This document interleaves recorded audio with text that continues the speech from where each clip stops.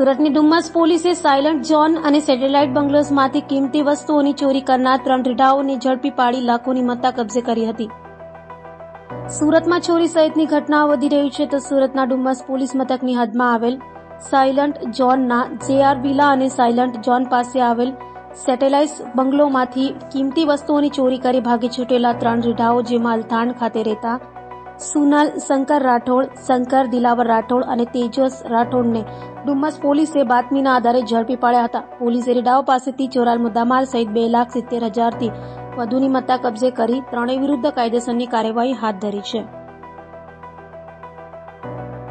ગત તારીખ 22/7/2024ના રોજ સેટેલાઇટ બંગલો સાયલન્ટ ઝોન ડુમ્મસ ખાતે રાત્રિના સમયે 4 અજાણ્યા ઈસમોએ બંગલાની પાછળની ગ્રીલ તોડી ગેરકાયદેસર ગૃહ પ્રવેશ કરીને તાંબા પિત્તળની વિવિધ એન્ટિક કલાકૃતિઓ તેમજ DSLR કેમેરા અને લેન્સ એમ મળીને કુલ્લે આશરે 2,15,000ની મત્તાની ચોરી કરેલ હતી.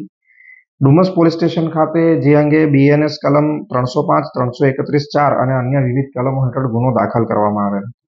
આ ઉપરાંત આવા જ અન્ય એક બનાવમાં જે ગઈ તારીખ 18/7/2024ના રોજ સાયલન્ટ ઝોન પ્લોટ નંબર 195-96 ખાતે બનેલ હતો, જેમાં અજાણ્યા ઈસમોએ ઘરફોડ કરીને સેમ એમોથી ગ્રીલ તોડી ઘરફોડ કરીને આશરે 55,000ની કિંમતની મત્તાની ચોરી કરેલ હતી.